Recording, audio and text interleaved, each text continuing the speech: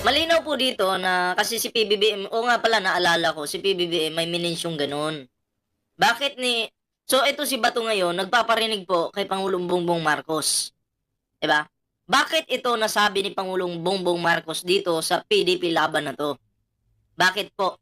Ayun yung tanong. Bakit? Eh, kasi po, 'di ba, makikita niyo naman sa mga galawan nila na one-sided po yung mga 'to, 'di ba?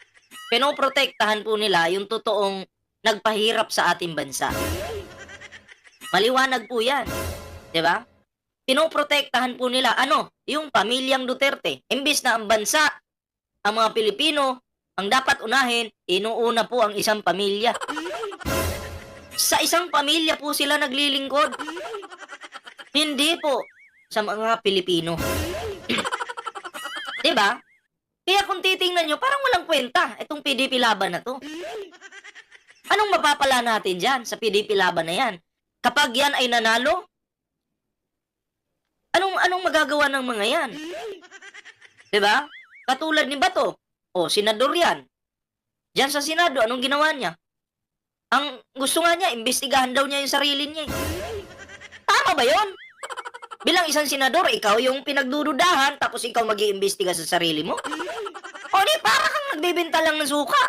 'Di ba? Anong tawag dun? Si Bato de la Rosa pa lang yung nakagawa niyan. Papayag ba kayo na ako, kriminal ako? Si Ballpoint Man, sample ko lang ha. Kriminal si Ballpoint Man. Pinatay niya yung ano, yung isang manok. Sisiw. Oh, sisiw. Tapos, sabihin ng mga tao, oh, yan si Ballpoint Man yung pumatay ng manok eh. Si nagasahan yun eh. Oh, sabihin ko ngayon, sige, sige, sige, ganito. Imbestigahan ko yung sarili ko. KO! Anong tawag doon? Para kang nagbebenta ng suka. Kengkoy ka. Kengkoy ka kung ganon. 'Di ba? KO! Maliwanag yun.